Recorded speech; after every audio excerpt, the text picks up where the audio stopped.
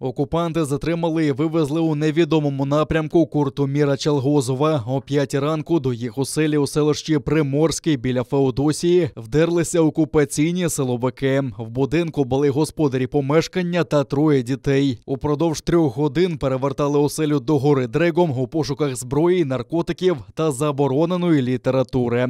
ФСБівців цікавив син господарів, 23-річний Куртумір. Його запитували про невідомих осіб, яких він не знає, після чого почали обшук. Нічого забороненого не знайшли, але вилучили його мобільний телефон. Батькам дали протокол про обшук на підпис. Сказали, що син поїде з ними і, мовляв, потім сам повернеться. Родина Чалгозових досі не знає, де знаходиться Куртумір. Мати Селімє Чалгозова зателефонувала до управління ФСБ, оскільки під час ранкової облави бачила на силовиках їх нашивки. Утім, вони кажуть, що її сина в них немає.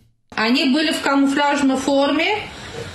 Один показал удостоверение, но это было 5:15 утра. Я только увидела бумажку, корочку, там оперуполномоченный. А фамилию я ничего не запомнила. Это Феодосия, поселок Приморск. Чалгозов, который? Да, Чалгозов как. Такого нету. Я же приходил уже, адвокат, я же ей все объяснил. А где искать его? Я не знаю. Если до вечера не вернется, то я думаю, тогда уже... Сейчас просто проведут все мероприятия, которые необходимы, и отпустят его, если он ни в чем не виновен. А если виновен, с вами свяжутся и скажут, где его искать и как. То есть до вечера не переживайте. Уже вечер, сказали в обед. Это еще день, 4 часа, где-то еще день считается. Я ничего вам подсказать не могу, но у нас вашего сына...